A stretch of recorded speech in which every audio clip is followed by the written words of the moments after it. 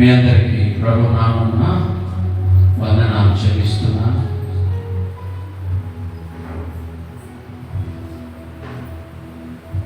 ఈ దినము మంచి వర్తమానం ద్వారా మనమందరం బలపరచబడబోతున్నామని నమ్ముతున్నాను. అంశం ఏమిటంటే ఏమి కోరుకోవాలి, ఆ తర్వాత ఏమి కలుగుతుంది. మనం ఏం కోరుకుంటున్నాం, మనకి ఏది కలుగుతుంది? మనం చెడును కోరుకుంటే మన జీవితంలో చెడే జరుగుతుంది. మనం మేలు కోరుకుంటే మన జీవితంలో మేలే జరుగుతుంది. హృదయంలో ఏముంటుందో అది పెదవుల ద్వారా, నాలుక ద్వారా బయటకు వస్తుంది. నాకు ఒక వేదన ఉంది హృదయంలో. మీ బిడ్డలను జాగ్రత్తగా చూడండి. వారు బయటికి వెళ్ళి మన ఇంటికి వచ్చేంత వరకు పరిశీలించండి, పరీక్షించండి. 12 సంవత్సరాల వారు గంజాయికి అలవాటు పడి భయంకరమైన పరిస్థితుల్లో ఉంటున్నారు. మీరు మీ బిడ్డలు ఎక్కడ కూర్చుంటున్నారో, నిలబడుతున్నారో మీరు పరిశీలించండి. వాక్యంలోకి వెళ్ళక ముందుకు ఈ మాటలు మీకు నేను చెప్పి వాక్యంలోకి వెళ్ళాలనుకుంటున్నా. మంచి వర్తమానం అండి, జాగ్రత్తగా విందాం. ఇక్కడ ఒక స్త్రీ గురించి రాయబడింది. తన ఒక మనవి చేత ప్రభువైన యేసుక్రీస్తు దగ్గరికి వచ్చింది. ఒకటి కోరుకుంటుంది, ఆ ఒకటి పొందింది. మీరేం కోరుకోవడానికి దినం మందిరానికి వచ్చారు, అది మీకు ఖచ్చితంగా దొరుకుతుంది. దొరకాలంటే మీరేం చేయాలంటే వాక్యాన్ని జాగ్రత్తగా వినాలి.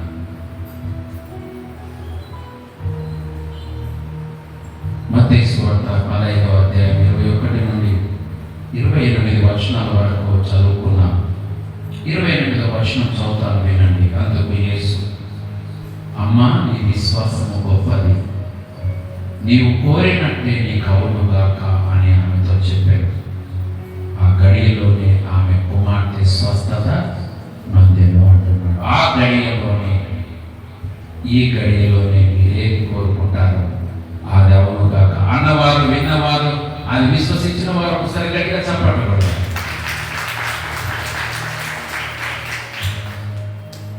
మీ జీవితంలో ఖచ్చితంగా దేవుడు అనుగ్రహిస్తున్నాడు.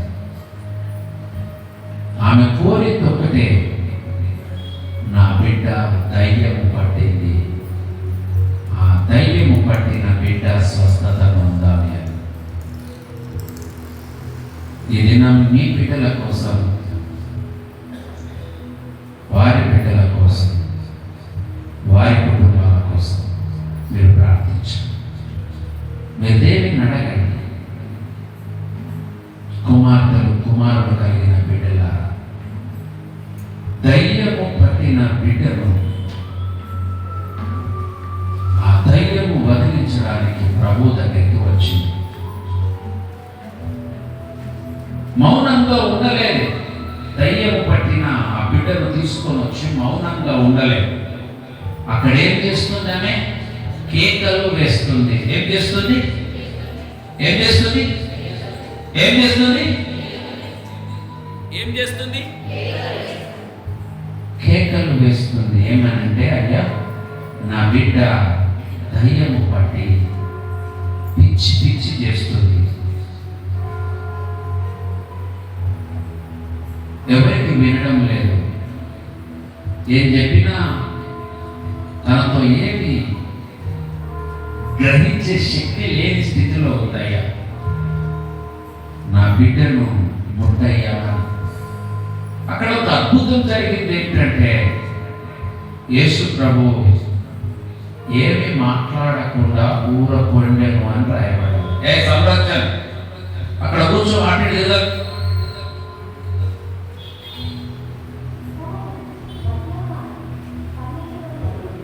కాబట్టి ఆ బిడ్డ నిమిత్తం దేవుని దగ్గర కేకలు వేస్తుంది. ఎవరేస్తున్నారు? ఎవరేస్తున్నారండి? తల్లి. ఎవరేస్తున్నారు? ఇక్కడ ఎంతమంది తల్లులు ఉన్నారు? ఒకసారి చేయలేబట్టండి. తల్లులు తాకులు ఎంతమంది ఉన్నారు? ఎంతమంది కేకలు ఇస్తున్నాం మన బిడ్డల కోసం? ఓ నా తండ్రి, నా బిడ్డలను రక్షించయ్యా, నా బిడ్డలను కాపాడయ్యా, నా బిడ్డలను నీ సన్నిధానంలో ఉంచయ్యా. ఎంతమంది కేకలు ఇస్తున్నారు? ప్రతిదినం మీ కేకలు దేవుడు వినును గాక, మీ కేకలకు సమాధానము దొరుకును గాక, మీ కేకలకు దేవుడు తన ప్రతిఫలము మీ జీవితాలలో, మీ బిడ్డల జీవితాలలో సంపూర్ణమైన ఆశీర్వాదములు అనుగ్రహించబడును గాక. ప్రియమైన దేవుని బిడ్డలారా, ఇక్కడ మంచి విలువైన సమాచారం దొరుకుతుంది. చూడండి 24వ వచనం చూడండి. ఆయన ఇజ్రాయేలు ఇంటి వారై నశించిన గొర్రెల యుద్ధకే గాని మరి ఎవరి యుద్ధకు నేను పంపబడలేదు. ఎవరి దగ్గరికి పంపబడ్డాడు యేసయ్య? నశించిన వారికి మాత్రమే యేసయ్య అవసరం. లూకా సువార్త నశించిన దానిని వెలికి రక్షించుట కొరకు మనుష్య కుమారుడు ఈ లోకానికి వచ్చి ఉన్నాడు. ఆమె ఏమంటుందంటే, ఏమి కోరుకోవాలనే ఆలోచనతో దేవుని మందిరానికి రాకండి, అక్కడనే ఆలోచన చేయండి. ఇంటి దగ్గరనే, దేవా ఈ దినం నేను మందిరానికి వెళ్తున్నానయ్యా, నా బిడ్డల నిమిత్తం ప్రార్థించాలనుకుంటున్నానయ్యా, నా భర్త నిమిత్తం ప్రార్థించాలనుకుంటున్నానయ్యా, నా నిమిత్తమే ప్రార్థించాలనుకుంటున్నాను. నా ద్వారానే కుటుంబంలో సమాధానం లేదయ్యా, నా నిమిత్తమే ప్రార్థించడానికి రాబోతున్నానయ్యా, ఏమైనా ప్రార్థన వినయ్యా, నన్ను బట్టి కుటుంబంలో సమాధానం లేదయ్యా, నన్ను బట్టి కుటుంబంలో ఆనందము లేదయ్యా, నా నిమిత్తమే ప్రార్థన చేయడానికి దినం నీ మందిరానికి వస్తున్నానయ్యా, నాకు సమాధానము దయచేయి దేవా అని మీరు ఎంతమంది అయితే వచ్చారో దేవుడు మీ ప్రార్థన వినును గాక. ప్రియమైన దేవుని బిడ్డలారా, ఇక్కడ మంచి వర్తమానం ఏదైనా మీకు నేను అందిస్తాను. చూడండి, నిర్గమకాండంలో దేవుడు మాట్లాడుతున్నాడు. నిర్గమకాండం 3వ అధ్యాయం 7వ వచనం నేను చదువుతూ చూడండి. మరియు యెహోవా ఇట్లనెను, నేను ఐగుప్తులో ఉన్న నా ప్రజల భారమును నిశ్చయముగా చూచితిని, పనులలో తమ్మును కష్టపెట్టు వారిని బట్టి వారు పెట్టిన మొరను వింటి, వారి దుఃఖములు నాకు తెలిసే ఉన్నవి అంటున్నాడు. ఎవరు మొరపెట్టినాడా? ఐగుప్తులో ఉన్న ఇశ్రాయేలు ప్రజలు దేవునికి మొరపెట్టగా దేవుడే వారి దగ్గరికి పోయాడట. ఇశ్రాయేలు ప్రజలు కోరుకుంటున్నారట, అయ్యా ఐగుప్తులో మేము భయంకరమైన పరిస్థితిని ఎదుర్కొంటున్నామయ్యా, మేము శ్రమ అనుభవిస్తున్నామయ్యా, గొడ్డు చాకిరీ చేస్తున్నామయ్యా, మేము ఈ బాధలు భరించలేకపోతున్నామయ్యా, మాకు విడుదల ఇచ్చేయి దేవా. ఏం కావాలని కోరుకున్నారు వాళ్ళు? విడుదల. ఏం కావాలనుకున్నారని? విడుదల. దేవుడే వారి ప్రార్థనను విని వారి దగ్గరికి వెళ్ళి వారిని చూచెను అంటున్నాడు. వారి పనుల భారమును బట్టి వారు పడుతున్న కష్టమును చూశాడట. వారి కష్టమును చూసి వారి ప్రార్థన విని వారికి విడుదల ఇచ్చేశాడట. 400 సంవత్సరాల విడుదల. మీ కుటుంబంలో విడుదల చేయలేడానికి చేయగలడు, కానీ మీరు ఏం చేయాలి? మొరపెట్టాలి, ప్రార్థించాలి, అంగలార్చాలి. ఎదురు చూడాలి. మీ అంగలార్పు దేవుడు వినడానికి సిద్ధంగా ఉన్నాడు. దేవుని అవమానించి చెడ్డ మాటలు పలికిన ఇశ్రాయేలు ప్రజల మాటలే విన్న దేవుడు నీ మాట నా మాట ఎందుకు వినడండి? వింటాడు. కానీ ఎందుకు వినడము లేదంటే మన ప్రార్థన విడుదల కలిగిన ప్రార్థన లేదు. సమాధానము పొందడానికి కావలసిన విడుదల లేదు. ఒకరి నాశనము కోరుతున్నాం, ఒకరికి కష్టాన్ని కోరుతున్నాం, ఒకరికి వేదన కోరుతున్నాం, ఒకరికి బాగు కోరడం లేదు. అందుకే మనకు కూడా ఆ కష్టమే వస్తుంది, మనకు కూడా ఆ వేదనే కలుగుతుంది. ఎవడు తవ్వుకున్న గోతిలో వాడే పడిపోవును అని వాక్యం సెలవిస్తుంది. నువ్వు ఎదుటి వారికి కష్టాన్ని కోరుకుంటే వాని కంటే ముందుగా నీకే ఆ కష్టాన్ని అనుభవించగలిగిన స్థితిలోకి వెళ్తావు. ఇశ్రాయేలు ప్రజలందరూ దేవుని దగ్గర మొరపెట్టారు. నీ ఇంటి ప్రక్కని వారి కోసం నువ్వు మొరపెట్టు. దేవా, వారు నాకు చెప్పలేదు కానీ ఏదో బాధలు అనుభవిస్తున్నారు, ఏదో కష్టాలు అనుభవిస్తున్నారు, ఏదో శ్రమలు అనుభవిస్తున్నారయ్యా. వారి బాధలు, వారి శ్రమలు నువ్వు తీర్చయ్యా అని నువ్వు ప్రార్థించు వారి కోసం. వారి కష్టాలు తీర్చడమే కాదు, నీ కష్టాలను కూడా దేవుడు తీర్చడానికి సిద్ధంగా ఉన్నాడు, విడుదల ఇవ్వడానికి సిద్ధంగా ఉన్నాడు. నువ్వేమి కోరుకోవాలనుకుంటున్నావో ఆ స్త్రీ కానాను స్త్రీ అని ఇక్కడ కానాను స్త్రీ ఎంత మంచి మాట చూడండి.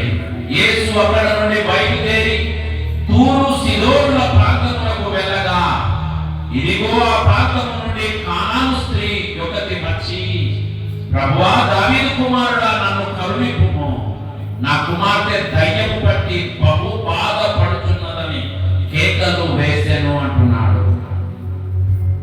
బహు బాధపడుతున్న బిడ్డ నిమిత్తము తల్లి కేకలు వేసిందండి. కేక నీ జీవితంలో ఉండాలని దేవునికి మొరపెట్టి కేక ఆయన సన్నిధానానికి చేరుతుంది. ప్రేమైనది, ఆ తల్లి కోరుతున్న సమాధానం ఏమిటంటే నా బిడ్డ బాగుపడాలయ్యా అని, స్వస్థత కావాలయ్యా అని అడుగుతుంది. శిష్యులందరూ అంటున్నారు, ఆమెకి ఏమి ఇవ్వాలో అది ఇచ్చి పంపించాలయ్యా అని అంటున్నారు. వట్టిగానే భారంగా కాదు, ఆమె కేకలు వినలేక, ఆ కేకలు ఇష్టమైనవండి దేవునికి. పుట్టివాడు దారి వెంబడి యేసయ్య వెళ్తున్నప్పుడు మన శిష్యులతో యేసయ్య ఆ మార్గం కూడా బయలుదేరుతున్నప్పుడు, ఎరుకో మార్గం కూడా బయలుదేరుతున్నప్పుడు ఆ గుడ్డివాడు అంటున్నాడు, ఓ నజరేయుడా, ఓ నజరేయుడా, నన్ను కరుణించయ్యా. శిష్యులు అంటున్నారు, ఊరకుడు, ఆయన బిజీగా ఉన్నాడు, ఆయన నేను చూసేటట్టు లేడు, ఆయనకి మాట వినేటట్టు లేడు, ఆయన నీకు సమాధానం ఇచ్చేటట్టు లేడు, ఆయన వేరే ప్రాంతానికి వెళ్తున్నాడు, నీ దగ్గరికి వచ్చి ఆగి నిన్ను స్వస్థపరిచే పరిస్థితి ఇప్పుడు లేదు అని శిష్యులు ఆ గుడ్డి వారిని బలహీనపరుస్తున్నారు. చాలా మంది అట్లా బలహీనపరుస్తాం. ఎదురు ఏమైతుంది ఎవరా, ఏం కాదు, నేను ఎన్నో రోజులు ప్రార్థన చేస్తాను, నాకేం కాదు, నీకేమైందావా అని బలహీనపరిచే వారు ఎంతో మంది ఉంటారు. వేల మందిలో ఉన్న యేసయ్య ఆ గుడ్డి వారి దగ్గరికి తిరిగి వచ్చి నీకేమి కావాలి అని అడగగా, అయ్యా నాకు ఏమొద్దయ్యా, కానీ నాకు చూపును దయచేయాలి, ఈ లోకాన్ని చూసే చూపును దయచేయాలి, నా కనిపించే వారిని చూసే చూపును దయచేయాలి. ఎప్పుడే అప్పుడే మాకు వచ్చినాక నీకు అందిస్తా, ఇక్కడనే ఉండాలే. యేసయ్య చేసిన అద్భుతాలు ఎప్పుడైనా మీరు పరీక్షించండి, సమయం ఇయ్యలే,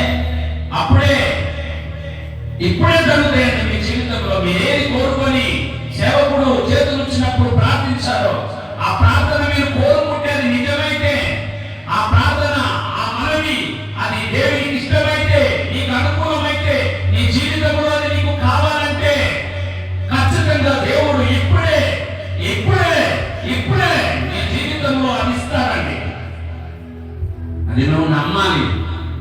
గుడివాడు నమ్మాడు, ఆ దయ్యపడిన బిడ్డ తల్లి నమ్మింది, ఆ యేసయ్య నా బిడ్డను స్వస్థపరచ కోరుతాడు అని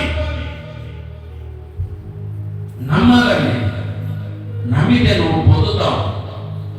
ఆ బిడ్డ అంటున్న మాట, యేసయ్యా నా కన్ను ఇవ్వయ్యా అనగా యేసయ్య అక్కడ ప్రార్థన చేసి ఉప్పు వేసి మట్టి రాసి ఆ కోనేటిలోకి దిగి నీ కన్ను కడుక్కోమనగా ఆ కన్నును తెరిచి లోకంలో చూసి కన్ను ఇచ్చిన వాడిని చూసి ఆనందించి గంతులు వేసి దేవునికి మహిమకరంగా లోకంలో వాడబడినట్లు రాయబడి ఉంటుంది. ప్రియమైనది, నీ కన్ను తెరిచిన దేవునికి నువ్వేం చేస్తున్నావు? మరి నువ్వు కోరిన ప్రతినిస్తున్న దేవునికి నువ్వేం చేస్తున్నావు? మరి నువ్వేమి కోరితే అని నీ జీవితంలో ఇచ్చిన దేవునికి నువ్వు ఎలాంటి కృతజ్ఞతలు చెల్లిస్తున్నావు? మరి నీ జీవితంలో కృతజ్ఞత ఉందా?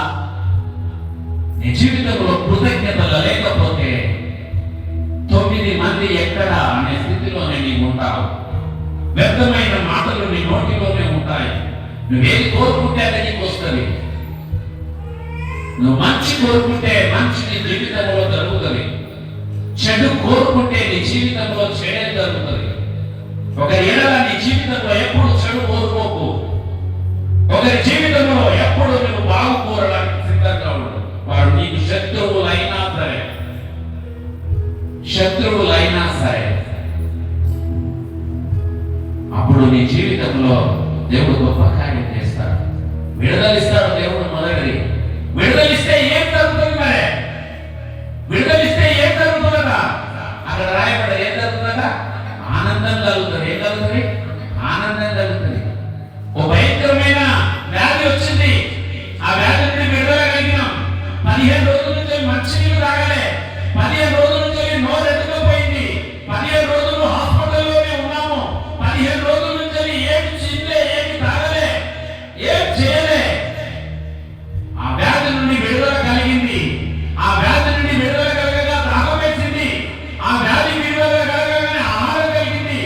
ఆ వ్యాధి విడుదల కాగాలనే ఆకలేసింది.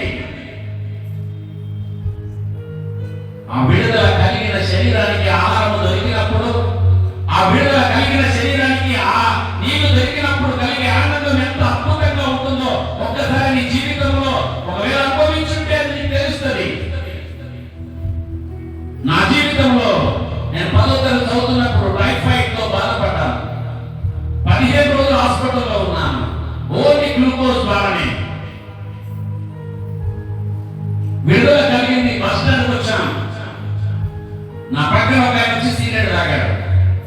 మళ్ళా సేమ్ వాకింగ్ చేసుకున్న 15 రోజులు హాస్పిటల్లో ఉన్నాను. కానీ ఆ 15 రోజుల తర్వాత జనగామలో మా బంధువుల కుటుంబం నుండి ఒక ఆహారం వచ్చింది, ఉరువల చారు. ఆ చారులో ఉన్న ఆ టిఫిన్ మూత తెరవగానే నాలో ఒక ఆకలి కలిగింది. ఆ స్మెల్ నాకు ఆనందాన్ని ఇచ్చింది, నాకు బలం ఇచ్చింది, శక్తినిచ్చింది. ఆ ఆహారం తినగా నేను లేచాను.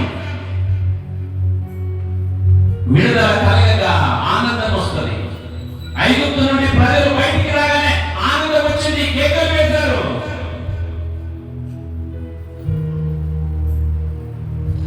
మరి నా జీవితంలో జరిగిన ఆ విడుదలకు ఎంతమంది కేకలు వేసి ఆనందించి దేవునికి కృతజ్ఞతలు చెల్లించారు? కృతజ్ఞత భావం ఎంతమందికి ఉంది? దేవుడు చేసిన మేలుకు కృతజ్ఞత చెల్లించాలి అని. చాలా మంది జీవితాల్లో కృతజ్ఞత లేదండి. దేవుడు చేసిన మేలను మర్చిపోతున్నాం. ఒక స్థితిని జ్ఞాపకం చేసుకుంటూ పూర్వస్థితిని నువ్వు జ్ఞాపకం చేసుకోమంటున్నాడు. దేవునికి ప్రతి నిత్యము కృతజ్ఞత చెల్లించమంటున్నాడు. ఆనందం, నీ జీవితంలో ఆనందం.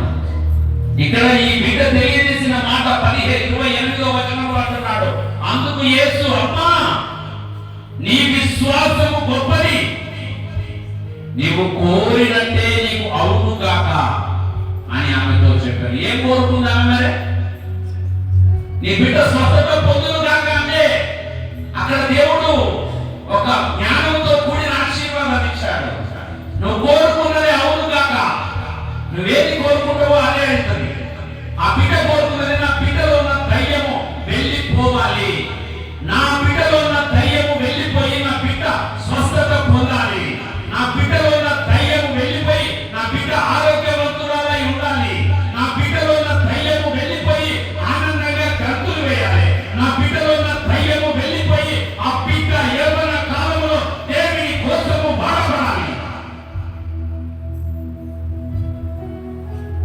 అది కోరుతుందండి. అందుకే నువ్వు కోరుకున్నట్టే నీకు అవును కాక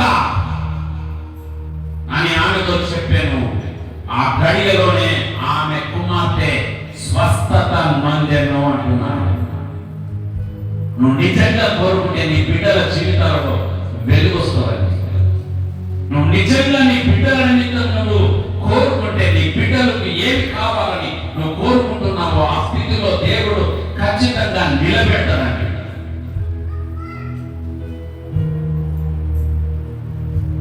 రెండవదిగా మనం చూడడానికి మనం ఇష్టపడదాం. చూడండి, యెహోషువ గ్రంథంలో ఆ చక్కటి మాట మాట్లాడుతున్నాం. చూడండి, యెహోషువ గ్రంథం 24వ అధ్యాయంలో, యెహోషువ గ్రంథం 24వ అధ్యాయం 22వ వచనం 23, 24తో చూడండి. అప్పుడు యెహోషువ మీరు యెహోవానే సేవించదమని ఆయనను మీ కోరుకున్నందుకు మిమ్మల్ని గురించి మీరే సాక్షులై ఉన్నారనగా వారు మేము సాక్షులమే అని. అందుకతడు అలాగైతే మీ మధ్యనున్న అన్ని దేవతలను తొలగివేసి ఇశ్రాయేలు దేవుడైన యెహోవా తట్టు మీ హృదయమును త్రిప్పుకొనుడని చెప్పాను. అందుకు జనులు మన దేవుడైన యెహోవాయే సేవించదము, ఆయన మాటయే విందుమని యెహోషువతో చెప్పాను. అట్లు యెహోషువ ఆ దినమున ప్రజలతో నిబంధన చేసి వారికి షెకెములో కట్టడను విధించి నియమించను అంటున్నాడు. ప్రియమైన దేవుని బిడ్డలారా, ప్రజలను యెహోషువ దేవుడు అడుగుతున్నాడు, నీకేం కావాలి? దేవుని అడుగుదాం, నీకేం కావాలో చెప్పండి. 24వ వచనంలో అంటున్నాడు, మీరు ఎక్కడైనా సేవించండి, అద్దరిలో ఉన్న మీరు దేనినైనా సేవించండి, నేను నా ఇంటి వారము యెహోవాను సేవించదను. 22వ వచనం వచ్చే వరకు అక్కడ ఉన్న ప్రజలు అంటున్నారు, మీరు సేవిస్తున్న దేవుడిని మేము కూడా సేవిస్తాం. ఎంత గొప్ప దేవుడో చూడండి. నాయకుడు సరిగా ఉంటే ప్రజలు కూడా సరిగా ఉంటారండి. నాయకుడు అంటున్నాడు, మీరెవరినైనా ఆరాధించండి, మీరెవరినైనా ప్రేమించండి, కానీ నేను నా ఇంటి వారు యెహోవాను సేవిస్తామనగా యెహోవాను సేవించిన యెహోషువ ఆనందముతో సంతోషముతో తాను తన కుటుంబము బ్రతుకుతుందండి. అతనిలో ఉన్న వారిని సేవించిన ప్రజలు దుఃఖముతో వేదనతో బ్రతుకుతున్నారండి. 6 వచనాలకు కిందికి రాగానే అక్కడ ఉన్న ప్రజలు అంటున్నారు, మీరెవరినైతే సేవిస్తున్నారో వారిని మేము సేవించడానికి మేము కూడా ఇష్టపడుతున్నాం అంటున్నాడు. అయితే మీలో ఉన్న వాటన్నిటిని తీసివేయండి. మీరు వేటినైతే ఆరాధిస్తున్నారో వాటిని తీసివేయండి, మీరు వేటినైతే పూజిస్తున్నారో వాటిని తీసివేయండి. నేను ఎవరి వైపు చూసి దేవుని ఆరాధిస్తున్నానో వారి వైపు మీరు కూడా చూసి సేవించండి. షెకెములో వారికి ఒక కట్టడను ఏర్పాటు చేశాడు, ఒక నిబంధనను ఏర్పాటు చేశాడు. నేను కూడా ఇది ఒక సేవకునిగా మీకు ఒక మంచి ప్రేమతో కూడిన మాటను తెలియజేస్తున్నాను. నేను నా ఇంటి వారము దేవుని సేవిస్తున్నాను. నిత్యము దేవుని సన్నిధానంలో ఉండడానికి ప్రయత్నిస్తున్నాను. భారముతో కూడిన పరిచర్యలో ముందుకు వెళ్ళడానికి ఇష్టపడుతున్నాను. మీరును మీ కుటుంబాలు కూడా నేను వెంబడించిన మార్గములో మీరు కూడా వెంబడించుడని మీకు నేను తెలియజేస్తున్నాను. నేను దీవించబడుతున్నాను, మీరు కూడా దీవించబడండి, ఆశీర్వదించబడండి. ప్రియమైన దేవుని బిడ్డలారా, ఇక్కడ ఏమంటున్నాడు? ఆరాధన కోరుకోవాలండి. మనం ఎంతమంది ఆరాధన కోరుకున్నామంటే ఇంతమంది కోరుకున్నాం, మిగతా వారు కోరుకోవాలి. అందుకే ఈ దినం ఒక ప్రార్థన చేశాను. ఏంటిదట? వచ్చిన వారి నిమిత్తమే ప్రార్థన చేసినాం, రాని వారి కోసం ప్రార్థన చేయను కూడా. ఎందుకంటే వచ్చిన వారు దీవించబడదురు గాక, రాని వారిని దేవునికి విడిచిపెడుతున్నా. దేవుడే వారి ఎడల జరిగించును గాక. చివరి దినాలండి, భయంకరమైన దినాలు, ఉగ్రత దినాలు. ఈ ఉగ్రత దినాలలో ఈ పరిశుద్ధమైన పునరుత్థాన ఆదివార దినాన్ని నువ్వు విడిచిపెట్టి ఎక్కడికి వెళ్ళాలి? ఎక్కడికి వెళ్ళదు, దేవుడికే ఇవ్వాలి. ఒకవేళ అనుకున్న పరిస్థితుల్లో ఊరికి వెళ్ళావా, పట్టణానికి వెళ్ళావా, దేశానికి వెళ్ళావా, అక్కడ మందిరంలో ఉండాలి అంతే.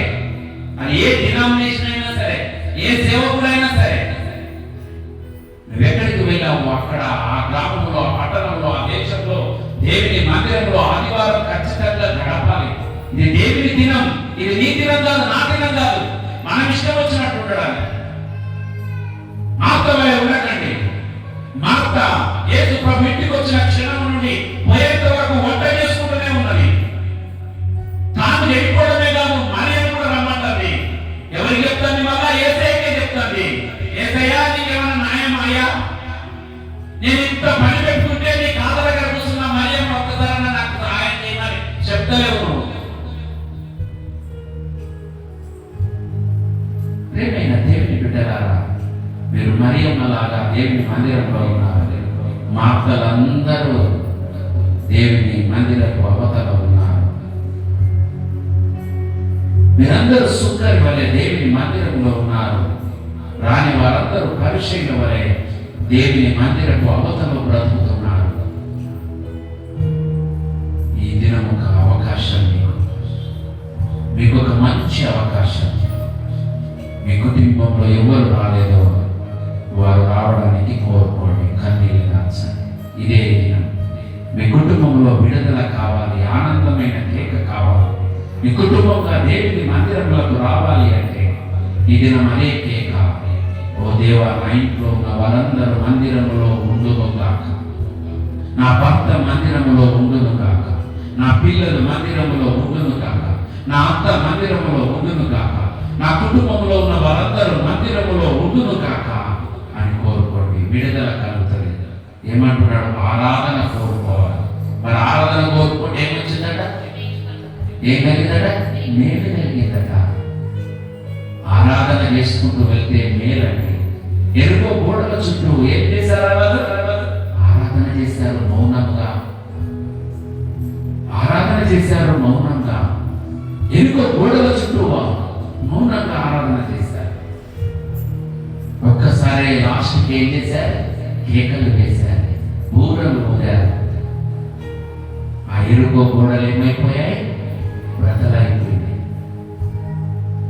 ఈ నా జీవితంలో కూడా ఎరుకో గోడ లాంటి సమస్యలు, ఎరుకో గోడ లాంటి వేదనలు, ఎరుకో గోడ లాంటి పరిస్థితులు బద్దలు కావాలంటే నీ జీవితంలో ఏముండాలి? ఆరాధన ఉండాలి. ఆత్మీయంతో కూడిన ఆరాధన ఉండాలి.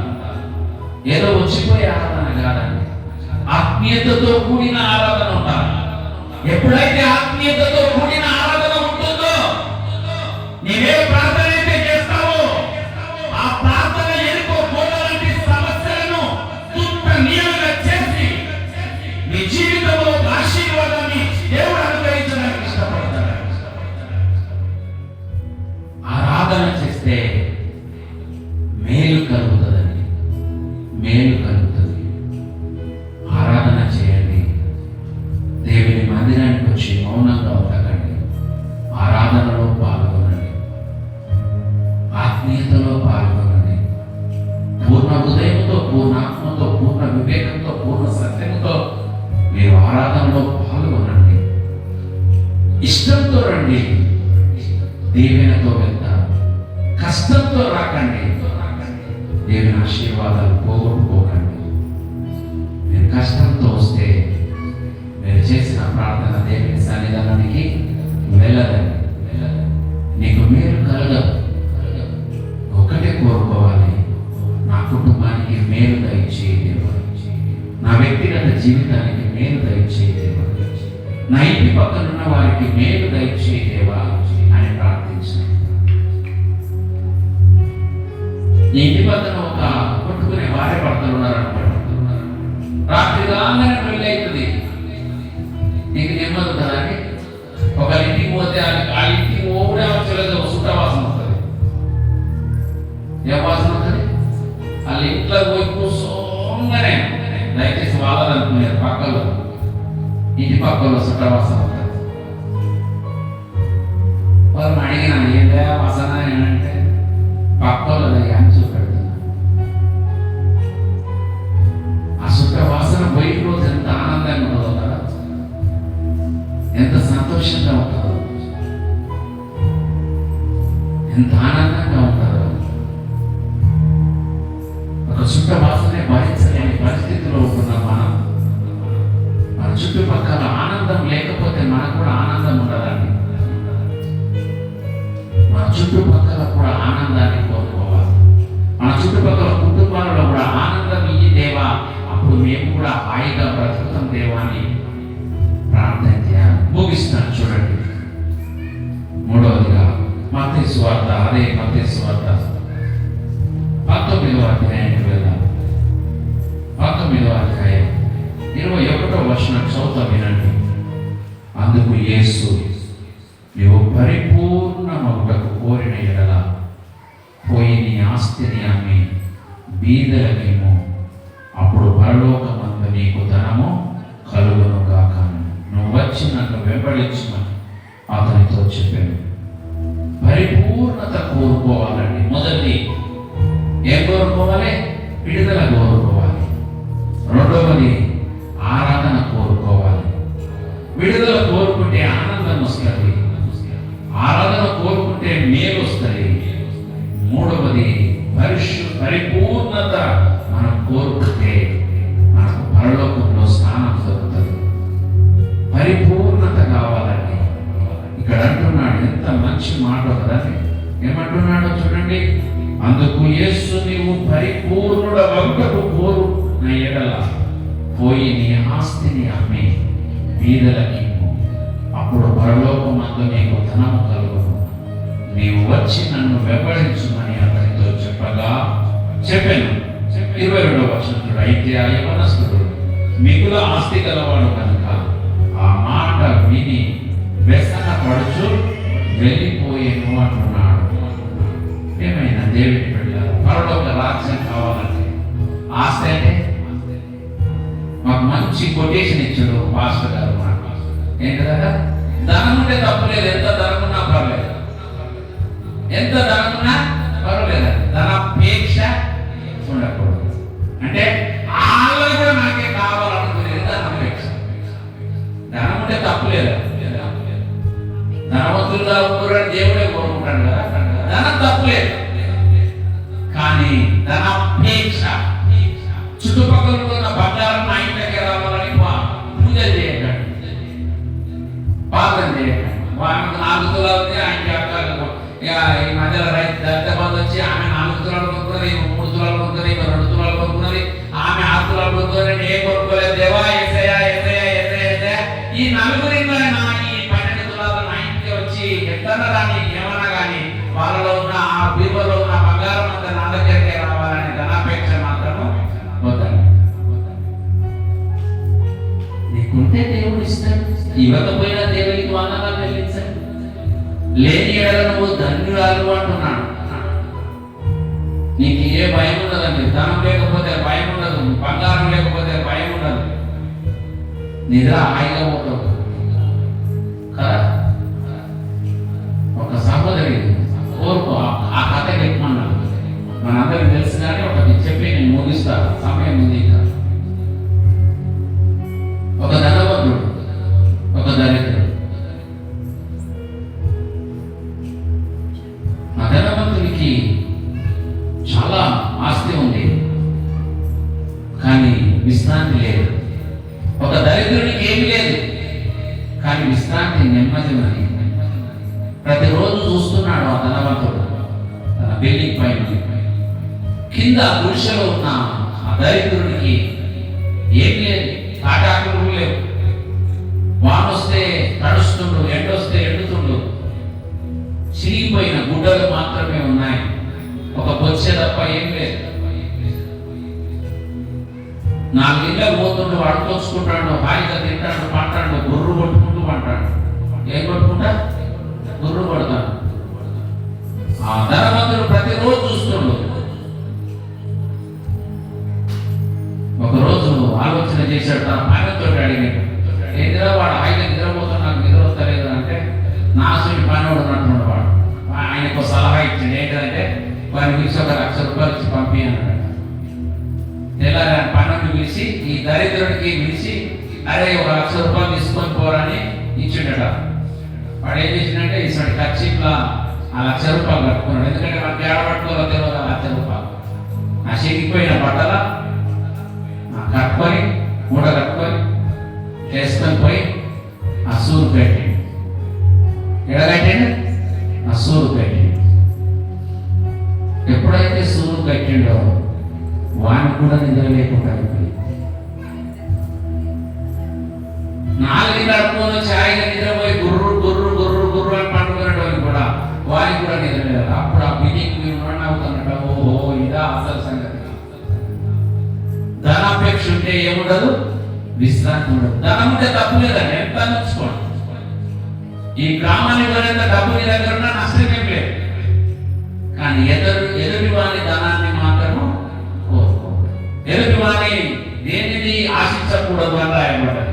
ఉన్నదండి, నీ పొరుగు వాని దేని కూడా ఆశించకూడదు.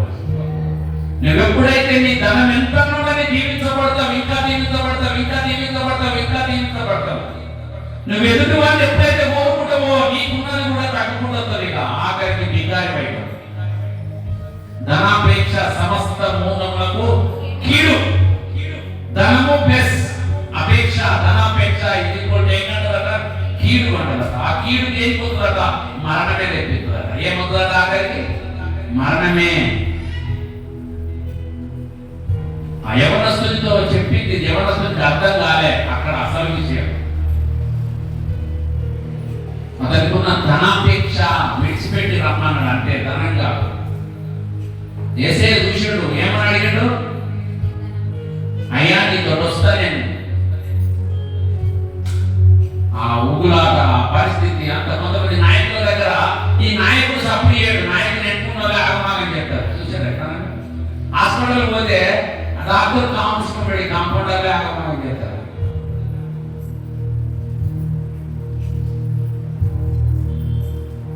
ఏమైనా దేవుని బిడ్డలారా, ఆగమాగం చేస్తంటే వాళ్ళు మా గుణాన్ని కనుక్కొని నీకున్నదంతా అమ్మి బీదలకు ఇచ్చి రామన్నాడట. వాడు ధనం మీద ఆశ లేదు, ధనాపేక్ష మీద ఆశ ఉంది. అందుకే వాడు అసూయ పడను అని రాయబడ్డాడు. వ్యసన పడను అని రాయబడ్డాడు. అతనితో వెంబడించడానికి ఇష్టం లేకుండా వాడు వెనకకు మళ్ళను అని రాయబడ్డాడు. ఏమైనా దేవుని బిడ్డలారా, పరిపూర్ణత కోరుకుంటే మనకు పరలోక రాజ్యాన్ని దేవుడు ఇస్తాడండి. పరిపూర్ణత కోరుకోవాలి. మనం ఎప్పుడైతే పరిపూర్ణత కోరుకుంటామో దేవుడు అప్పుడు మన జీవితంలో సంపూర్ణ ఆశీర్వాదం ఇస్తాడండి. నిండా 100 ఏళ్ళు, నిండు వృద్ధాప్యము. ఏమిస్తాడట? నిండు వృద్ధాప్యము, నిండు జీవితం. అన్ని చూసిందయ్యా, ఏం పోతారంటే మంచిగా పోయిందంట. మధ్యాంతరంగా పోతే అయ్యో ఏం చూడకుండానే పాయ, ఏం అనుభవించకుండానే పాయ. మొన్నదాకా ఆగమాగంగా ఉండే, ఇప్పుడే ₹4 సంపాదించడం మధ్యలోనే పోయిండు. పిల్లలు ఆగమైంది, ఆయన ఆగమైండు. ప్రేమైన దేవుని బిడ్డలారా, వయస్సు మీరి చనిపోవాలండి మన జీవితం. అందుకే మనుషుని ఆయుష్ 70 సంవత్సరములు, అధిక బలం ఉన్న ఎడల 80 సంవత్సరములు. ప్రేమైన దేవుడు, కనీసం 70 సంవత్సరాల వరకైనా మన జీవితాన్ని కొనసాగించాలని. అధిక బలం ఉంటే 80 సంవత్సరాలు, వాడి తర్వాత వచ్చే పరిస్థితి మనకి ఇప్పుడు వద్దండి. వృద్ధాప్యంలో బలహీనతలు, కష్టాలు, బాధలు, కూర్చోవడం, లేవడం ఇవన్నీ కామన్ శారీరకంగా. నిన్నటి దినము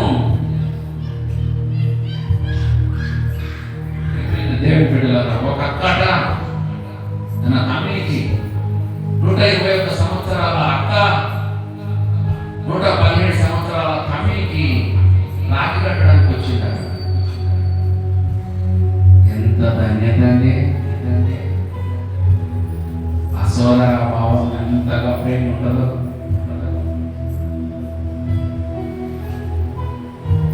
ప్రేమైన దేవుని బిడ్డలారా, పరిపూర్ణత మన జీవితంలోకి కావాలి. మరి పరిపూర్ణత కావాలంటే నువ్వేం చేయాలంటే దేవుణ్ణి ఇష్టంగా ఆరాధించాలి. చివరిగా ఒక చక్కటి మాట ఉంది, ఆ మాట చదివి నేను ముగిస్తాను. చూడండి, ఎస్తేర్ ఏంటంటే ఎస్తేర్ గ్రంథం 5వ అధ్యాయం 6వ వచనాన్ని చదువుకుందాం. 5వ చూడండి, నేను చదువుతాను. ఎస్తేర్ గ్రంథం 5వ అధ్యాయం 6వ వచనం చూడండి. రాజు ద్రాక్షారసపు విందుకు కూర్చుండి ఎస్తేరును చూసి నీ కోరిక ఏమిటి, అది నీకు అనుగ్రహింపబడును. నీ మనవి ఏమిటి, అది రాజ్యంలో సగము మట్టుకైనను చేయబడునని చెప్పగా ఎస్తేరు రాజు అయిన తన భర్త దగ్గరికి పోయి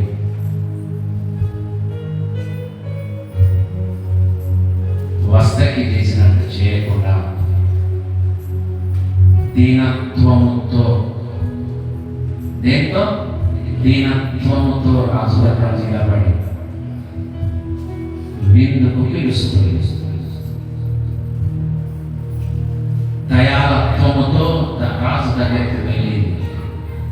ఆమె వచ్చిన విధానాన్నే చూసి రాజు అంటున్నాడు, ఎస్తేరును చూచి నీ కోరిక ఏమిటి, అది నీకు అనుగ్రహింపబడును.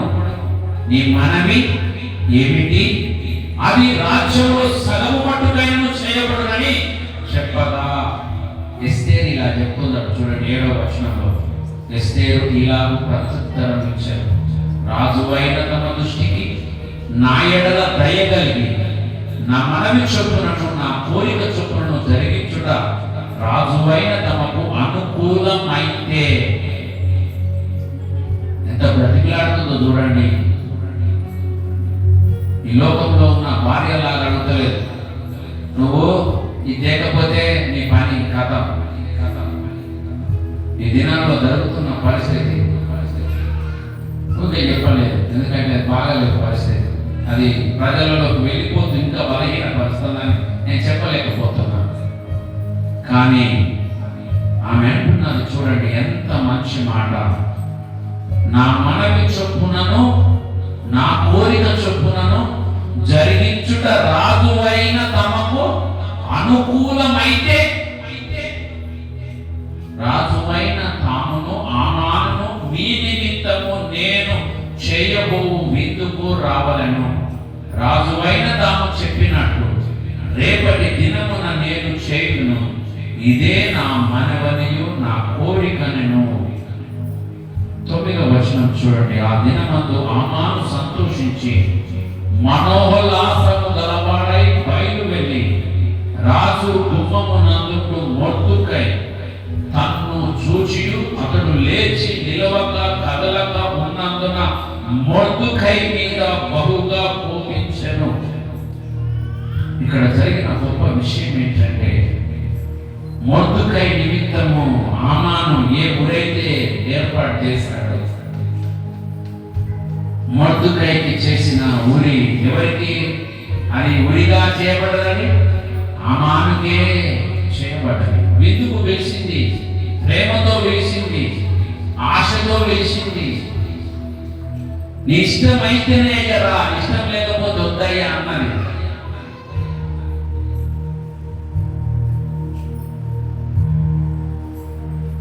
నీ భర్త హన్మకొండలో ఉన్నాడు, నీకు జిలేబీ ఇష్టం అనుకోండి, అయ్యా ఒక పావు కిలో జిలేబీ తెస్తావా, నీ దగ్గర డబ్బులుంటే?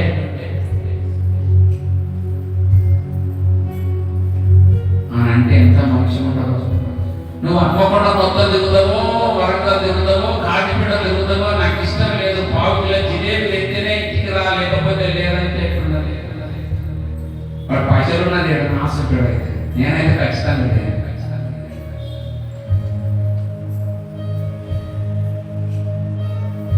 అయ్యా ఏమన్నా ఉంటే ఒకవేళ సాక్షికి పోను, పెట్రోల్కి పోను, ఏమైనా నీ దగ్గర ఉంటే ఒక పావు కిలో జిలేబీ తీసుకురా, ఎందుకో తినాలనిపిస్తుందంటే వాడు సచ్చుకుంటా మన దగ్గర లేకున్నా బతిలాడి వేరే దగ్గర నుంచి ఫోన్ పే లేపించుకొని పావు కిలో కాదు 1/2 కిలోలు ఇస్తారు. నువ్వు అడిగే విధానంలోనే భర్త అయినా చేయగలదు, భార్య అయినా కూడా చేయగలదు. అమ్మ ఆకలి అవుతాను ఏదున్నా పెట్టు అంటే అప్పటికప్పుడు తయారు చేసి మంచి కూర పెడుతుంది. ఏది సోమరిగా పడుకున్నావు, ఎంతసేపు అవుతుంది, నాకు ఆకలి అవుతుంది అంటే ఆ ప్లేట్ నా ఒంటిని చలిసి కొడితే అది ఎడదో తెలియదు. పురుషులు కూడా అంతే. దాని విషయంలో పురుషులకు కూడా తెలియజేస్తున్నాం. భార్యను కూడా మనం అడిగే విధానాన్ని బట్టి భార్య దగ్గర పొందే ప్రతిదీ కూడా ప్రేమతో పొందగలం.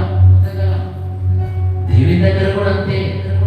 దేవి దగ్గర ప్రేమతో అడగాలి, విజ్ఞాపనతో అడగాలి, పరిపూర్ణతో అడగాలి. ఎప్పుడైతే పరిపూర్ణతతో అడిగితే మనకేమి ఇస్తాడట? పరలోకాన్ని ఇస్తాడట. అటొక్క దొంగ ఉన్నాడు, ఇటొక్క దొంగ ఉన్నాడు. ఒక దొంగ అంటున్నాడు, అందరికి తెలుసు కదా, ఏమంటున్నాడు? నువ్వు రాజువడగానే నువ్వు ఏసయ్యని చెప్పుకుంటున్నావట, నువ్వు దేవి కుమారుడు కదా, నిన్ను నువ్వు రక్షించుకొని నన్ను రక్షించని అని అన్నాడట. కుడివైపు ఉన్న దొంగ అంటున్నాడట, ఊరకుండా ఫస్ట్ ఆయన సమాధానం చెప్తాను. ఊరకుండా నువ్వు నేను చేసిన తప్పుకు ఇంకా తక్కువ శిక్ష ఎక్కువ వేయాలమ్మా. ఆయన ఏ పాపం లేనివాడు, ఏ దోషం లేనివాడు, మానవులందరి కోసం, నీ నా కోసం, మన ఇద్దరి కోసం మరణం పొందుతుండ్రా అని సమాధానపరిచి అతనికి గద్దించి బుద్ధి చెప్పి మరలా యేసు వైపు చూస్తూ, తండ్రి నీకు ఇష్టమైతే నీ రాజ్యంలో నన్ను జ్ఞాపకము చేసుకోవాలి. ఏడుమ వైపు ఉన్నాడు అంటుంటే నవ్వుకున్నాడు దేవుడు. కుడి వైపు ఉన్న వాళ్ళతో అంటున్నాడు, ఇప్పుడే ఏమంటున్నాడు? ఇప్పుడే నీవు నాతో కూడా పరదైసులో ముందుకు కాక నువ్వేమి కోరుకుంటావో అది నీ జీవితంలో వస్తుంది. ఎస్తేరు కోరుకున్న విధానంగా మీరు దేనిని కోరుకోండి. ఎస్తేరు కోరుకున్నట్టుగా మీరు ఇంటి పక్కన ఉన్న వారితో కోరుకోండి. ఎస్తేరు కోరుకున్నట్టుగా నీ కుటుంబంలో ఉన్న బిడ్డలతో అడగండి, నీ భర్తతో అడగండి, నీ బిడ్డలను కూడా ఆ ఎస్తేరు ఏ విధంగా అడిగిందో నీ బిడ్డలను కూడా అలా అడగండి. బిడ్డల మీ తల్లిదండ్రులను కూడా ఎస్తేరు అడిగినట్టు మీరు అడగండి. వృధా చేయకండి, ఆర్డర్ వేయకండి.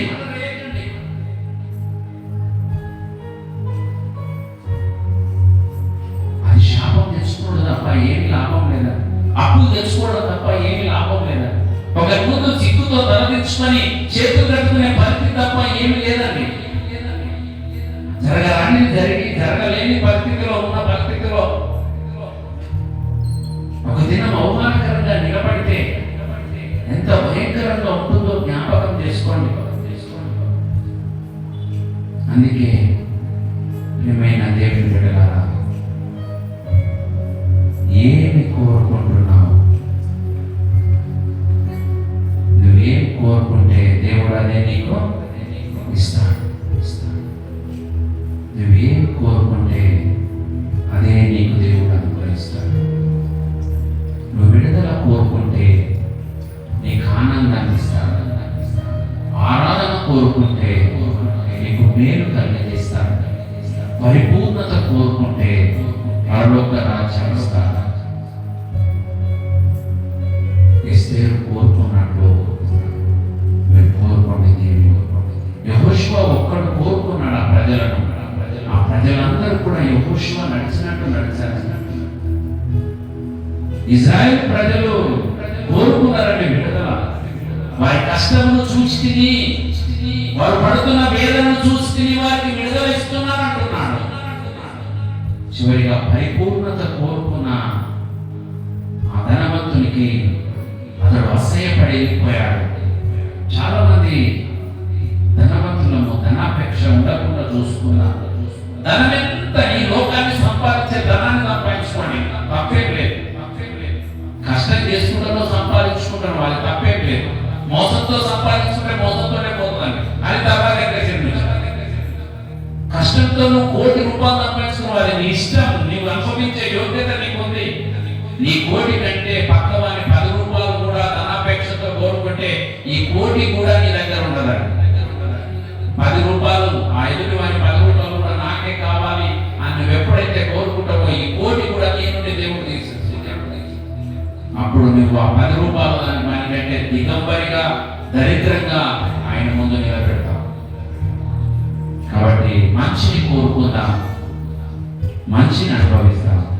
చెడును కోరుకొని నీవు, నీ పిల్లలు, నీ కుటుంబము, నేను, నా కుటుంబం, నా పిల్లలు భ్రష్టత్వంలో పడిపోకుండా మంచిని కోరుకొని మీరు, నేను, మనందరం, మన పిల్లలు, మన కుటుంబం ఆనందంతో కేకలు వేసి మేలు జీవితాన్ని అనుభవించి పరలోక రాజ్యమును అనుభవించడానికి సిద్ధపడదాం. దేవుడి ఈ నా మాటలు ప్రభువు ఫలింపజేసి మనందరి జీవితాల్లో ఆనందాన్ని, మేలును, పరలోక రాజ్యాన్ని అనుగ్రహించును గాక.